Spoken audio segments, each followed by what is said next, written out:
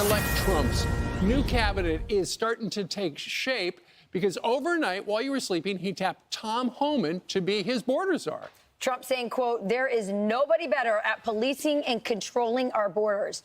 Likewise, Tom Homan will be in charge of all deportation of illegal aliens back to their country of origin. He worked with the president to come up with this job description, so let's hear from him. In his first interview after the major announcement, incoming border czar Tom Homan. Tom, congratulations to you. It's bad for us. We lose you as a contributor. What went into the decision and the position? Well, look, I've been on this network 4 years complaining about what this administration did to this border. I've been yelling and screaming about it, telling them what they need to do to fix it. So when the president asked me, would you come back and fix it? Of course I have to. I'd be a hypocrite if I didn't. So, look, I'm honored the president asked me to come back and help solve this national security crisis. So I'm looking forward to it. And look, I love Fox. I love the family there. But I think that the calling is clear. I got to go back and help because every morning I get up. Every morning I'm pissed off about what this administration did to the most secure border in my lifetime. So I'm going to go back and do what I can to fix it. So, Tom, let's talk about the job, because you're not an amateur. You've been doing this for years. You're a big cop. Also, you worked the border before, went over to ICE. You've done it all. What does the process look like? Because I think some people get the impression that you're shooting from your hip, but you know what you're doing here, right? I know exactly what I'm doing. And look, this is the second time I came out of retirement for this president, and because it matters. And look, I was a Border Patrol agent. I wore that uniform, and I'm proud that I wore that uniform. So, and I was an ICE agent. I was the first ICE director who actually came up through the ranks. So the 20,000 men and women that worked for me, I didn't ask them to do anything. I did do myself because I was one of them. So look, I know the border, and I know there's a lot of great patriots. Look, I shut my phone off Friday night because I couldn't handle the phone calls, the texts, and emails from thousands of ICE agents and Border Patrol agents excited about the rumor I'm coming back. But more importantly, that thousands of retired agents, retired Border Patrol agents, retired military that want to come in and volunteer to help this president secure the border and do the deportation operation. So I've been off the grid for 3 days just because I couldn't handle all the phone calls, and plus all the death threats rolling in. My family's not at home right now because that's starting. But that's something we're going to deal with. They're not going to bully me away. They're not going to shut me up. They're not going to make me go away. This is the biggest national security vulnerability this nation has seen since 9/11. We have to fix it. And it's one of the reasons Kamala Harris lost and Donald Trump won. So Tom, you just mentioned deportations. I know during the last Trump administration, when you were there, they did have the large-scale worksite, essentially raids, where they would go into a place and there would be hundreds of people who were in the country illegally. I know on 60 Minutes a couple of weeks ago, you said that those would continue under Donald Trump in the next administration. What do you have planned? Well, I know you don't want to give away the whole game book, but you do have deportations, mass workplace stuff planned, any other kind of category of deportations of interest? Look, as the president said on stage many times, which I agree with 100%, it's going to be the same it was during his first administration, which is just a hell of a lot more of them because 10 million people have entered this country illegally under the Biden administration, or they actually let into this country, even though it's violation of federal law, what they've been doing, the abuse of the parole authority. But look, I've been clear, President Trump's been clear. Public safety threats and national security threats will be the priority because they have to be. They pose the most danger to this country. So we're going to prioritize those groups, those who always have final orders, those that had due process at great taxpayer expense, and the federal judge says you must go home, and they didn't. They became a fugitive. So, and as far as worksite operations have to happen. Here's why, Steve. Where do we find most victims of sex trafficking and forced labor trafficking? At work sites. And the Biden administration shut down work sites. On one point, they say we care about sex trafficking and human trafficking. Then they shut down work site enforcement, which is one of the main areas we find the victims of this. I want to add one more thing, another priority. This administration has lost over 300,000 children that were smuggled in this country by criminal cartels they can't find. That's another priority. We need to save these children because some of these children are in forced labor, some of these children are in sex trafficking, some of these children are living a life of hell every day. And we need to save these children and get them back with their families.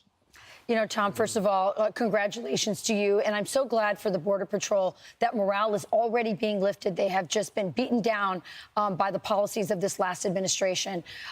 I'm really encouraged by what you're saying, because I think the toughest part of your job isn't the deportation. It's dealing with the propaganda from the other side saying that what you're doing is not compassionate, that it's not humanitarian. And what do you plan to do? I'm glad you mentioned the 300,000 children that are missing, but how are you going to deal with those kinds of attacks, even though you know that this open border has led to sex trafficking of children and an exponential increase of child labor, illegal child labor? Frankly, I don't care what people think about me, especially on the left. Again, when you have a historic crisis, a crisis this big, here's what they need to know. When you have a crisis this big that overwhelms the Border Patrol, where the majority of Border Patrol are no longer on patrol, they're making sandwiches, they're changing diapers, they're making baby formula, they're making hospital runs, they're making airport runs. When you take most of Border Patrol agents off the border to deal with humanitarian crisis, that's when the fentanyl comes across to kill 250,000 Americans. That's when the sex trafficking has increased 600%. That's when no suspected terrorists has crossed this country. They've had a record of people on terrorist watch lists that have been arrested at the southern border. That's why you have over 2 million gotaways. How many of them came from a country sponsoring terror? So I don't care what anybody's opinion is on illegal immigration. When you create a crisis this big, all these other bad things happen. That's why you have to secure the border. I don't care if you're a Republican, a Democrat, or independent. Border security is national security. We should all be on the same side of that. I've been saying this for the last couple of years. And the director of the FBI actually agrees with me. I don't respect him greatly, but he agrees with me. The southwest border is the biggest national security vulnerability this nation's ever seen. He sees more red flags now than ever before. We have to secure the border. And as far as the people want to push back on deporting these people, what is the option?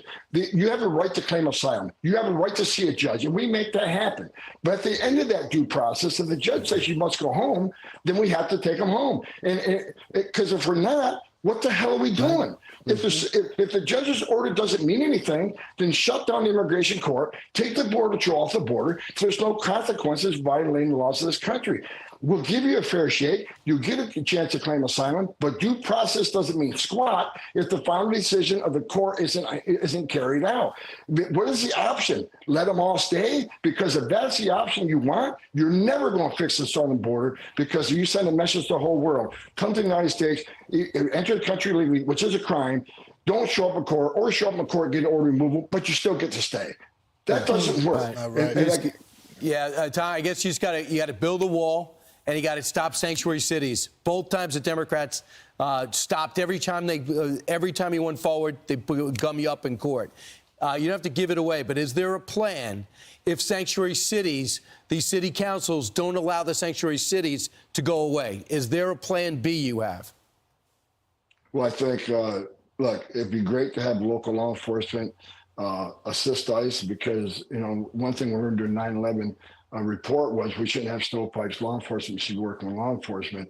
But, there's two things. Number one, under President Trump, he was suing the sanctuary cities, DOJ suing the sanctuary cities, pulling federal funds. Of course, day one, when Joe Biden came in office, he stopped that lawsuit. So that has to be put back in place. And look, I've seen some of these Democratic governors say they're going to stand in the way. They're going to make it hard for us. Well, a suggestion: if you're not going to help us, get the hell out of the way, because we're going to do it. So if we can't get assistance from New York City, and we may have to double the number of agents we send to New York City, because we're going to do the job. We're going to do the job without you or with you. But it's much easier to arrest a bad guy. Like I just said, we're concentrating on public safety threats of human and national security threats. Right. It's much easier to arrest a bad guy in the jail. Give us access to Rikers Island that we've been kicked out of. Let us get the bad guy in jail. It's safer for the alien. It's safer for the officer. It's safer for the community. But if you're going to release these bad guys, out in the community, then we're going to have to go find them, which puts the officer at risk, puts the community at risk, and puts, and bottom line is,